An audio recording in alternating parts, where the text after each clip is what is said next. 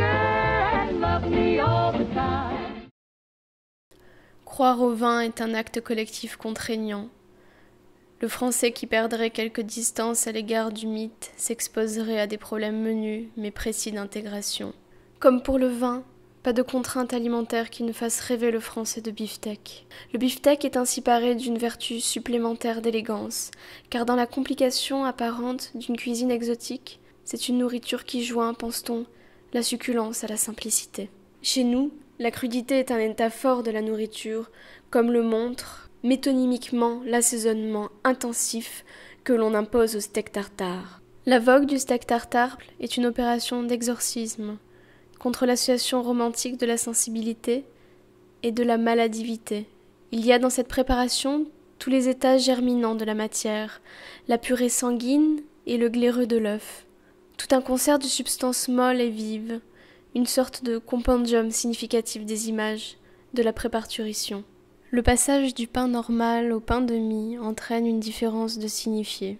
De même, le passage du pain blanc au pain noir dans la société actuelle correspond à un changement de signifiés sociaux. Le pain noir est devenu, paradoxalement, signe de raffinement. On est donc en droit de considérer les variétés du pain comme des unités signifiantes. Sans doute, la publicité ne donne de la réalité qu'une image projective, mais la sociologie des communications de masse incline de plus en plus à penser que la grande information exprime la psychologie collective bien plus qu'elle ne la sollicite. Le sukiyaki, plat interminable à faire, à consommer et, si l'on peut dire, à conserver, n'a de marqué que son départ. Parti, il n'y a plus de moment ou de lieu distinctif, il devient décentré comme un texte ininterrompu.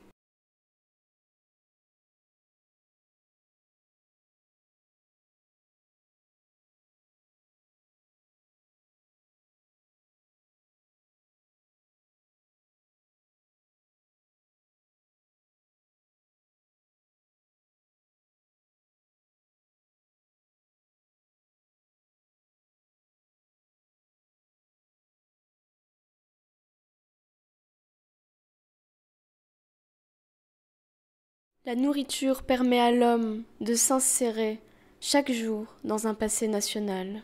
Il y a des nourritures viriles et des nourritures féminines. Rien n'illustre mieux ce mouvement que la mythologie publicitaire du café.